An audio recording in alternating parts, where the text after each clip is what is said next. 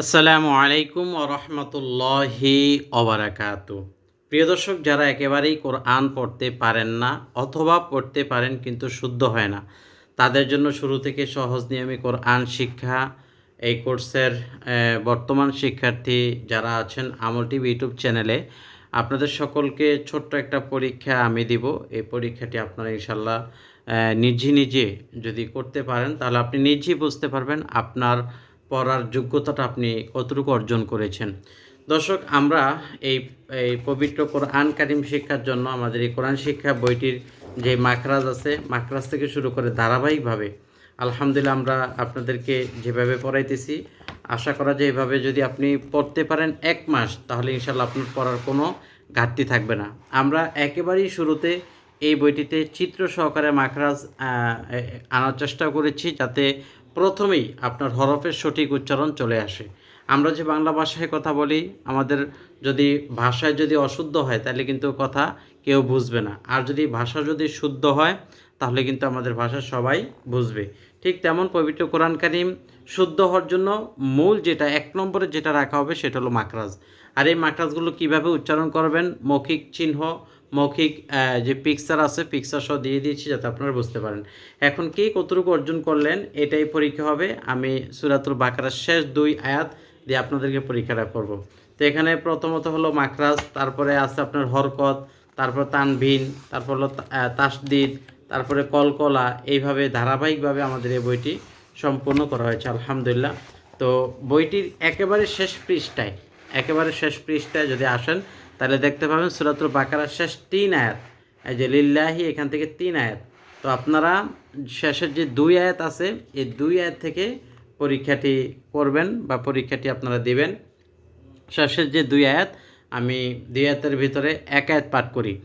আউযু বিল্লাহি মিনাশ শাইতানির রাজিম, বিসমিল্লাহির রহমানির রহিম। আমানার রাসূলু বিমা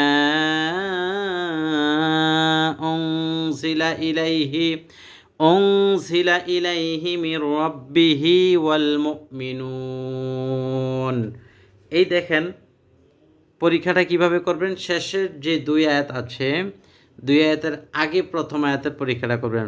যেমন লিখবেন সূরাতুল বাকারার 284 নম্বর আয়াত, এর ভিতরে মধ্যে তবাই মোট এতটা, মধ্যে আরজি এতটা, মধ্যে মুনফাসিল এতটা, মানে সিরিয়ালে মদগুলো আগে লিখবেন, ঠিক আছে। মদ, তারপর লিখবেন গুন্না। গুন্না কোনগুলো, মানে নুন সাকিন ও তানবিনের যে গুন্নার হুকুমগুলো আছে এগুলো। যেমন দেখেন আমানা রসুলু, এখানে মধ্যে তবাই আছে একটা, রসু পেশের পর সাকিন, মধ্যে তবাই আছে একটা, 2টা। তারপরে বিমা, এটা আবার মধ্যে আরজি, এটা ধরবেন না এখন। মির রব্বিহি, এখানে খারাজের মধ্যে তবাই আছে একটা, 3টা। এইভাবে এই 284 নম্বর আয়াতে মোট মধ্যে তবাই কয়টা আছে সংখ্যাটা লিখবেন। তারপরে মধ্যে তবাইয়ের পরে মধ্যে আরজিতে গেলে আপনি এই যে ওয়াল মুমিনুন, এটা মধ্যে আরজি, এরকম মোট মধ্যে আরজি আছে কয়টা, এটা এই সংখ্যাটা লিখবেন। তারপরে মধ্যে আরজির পরে মধ্যে মুনফাসিল, যেমন বিমা, মধ্যে মুনফাসিল, তারপরে এখানে আর দেখা যায় না, মধ্যে মুনফাসিল এই 284 নম্বর আয়াতে। তাহলে কয়টা পাইলাম? একটা। এরপর লিখবেন একটা, মানে এরকম সংখ্যা দিয়ে সাজে আপনি মদ গুন্না যতগুলো মদ আছে নাম দিয়া মদের সংখ্যাগুলো লিখবেন, এবং যতগুলো গুন্না আছে গুন্নাটা আমি আপনাদেরকে একটু বলে দেই। যেমন ঝিলা, নুন সাকিনের কোন হুকুমে, এখানে ইকফা, তাহলে আপনি লিখবেন ইকফা, ঠিক আছে। ইকফা কয়টা, এভাবে গণবেন কয়টা আছে। আমি আপনাদেরকে একটু খাতায় দেখাই দিই। যেমন মনে করেন কি লিখবেন প্রথমে, যে বাকারা, কত নম্বর আয়াত, এটা হলো 285, 84 না, 285, ঠিক আছে। 285 নম্বর আয়াতে যেমন ইকফা না, এই ইকফা লিখলেন, ইকফা, এই ইকফা মোট কয়টি, মনে করেন 10টি, এই 10 লিখলেন ইকফা। তারপরে কি আছে, ইজহার, আগে দরকার হয় নামগুলো লিখে নেবেন, ইজহার। তারপরে ঈদগাম, ঠিক আছে। ঈদগাম বাগুন্না লিখে নিন। তারপরে ঈদগাম বেলাগুন্না, ঈদগামে বেলাগুন্না। তারপরে আছে কি ইজহার, ইকফা, ঈদগামে বাগুন্না, ঈদগামে বেলাগুন্না, বুঝতে পারছেন? এরপর আরেকটা আছে ইকলাব, এই ইকলাব, ঠিক আছে, ইকলাব সমান সমান। তাহলে ইজহার কয়টা? সূরা বাকারা 285 নম্বর আয়াতে ইকফা কয়টা, ইজহার কয়টা, ঈদগাম কয়টা, বেলাগুন্না কয়টা, এরপর হলো বাগুন্না তো বললামই, ইকলাব কয়টা লেখলেন। লেখার পরে এরপর আপনি মদে আসেন, যেমন মধ্যে তবাই, ত বা ই, ঠিক আছে, এই তবাই। তারপরে এখানে হবে আরজি, মুত্তাসিল, মুনফাসিল, নামগুলো লেখা সামনে সমান সমান দিয়ে সংখ্যাগুলো লিখে নেবেন। তাহলে 285 নম্বর আয়াত শেষ। ঠিক সেম আবার 287 নম্বর আয়াত, 287 নম্বর আয়াত আবার এইভাবে সেমভাবে আপনি বের করবেন। এই বের করার মাধ্যমে আপনার একটা যোগ্যতা তৈরি হবে, যাচাই বাছাই তৈরি হবে, গণনা তৈরি হবে।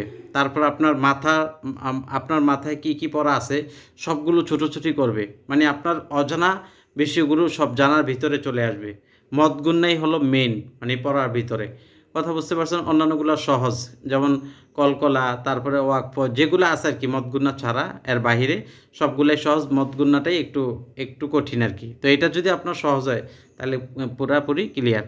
তো এই যে এই শুধুমাত্র এখানে এতটুকু ভিউই হবে, ঠিক আছে, এই আধা পৃষ্ঠা, এই আধা পৃষ্ঠা এইভাবে লেখা আপনারা আমাদের যে নাম্বারটা আছে অফিসিয়াল, এই নাম্বারে ইমো আছে, হোয়াটসঅ্যাপ আছে, পিকচারটা দিয়ে দিবেন।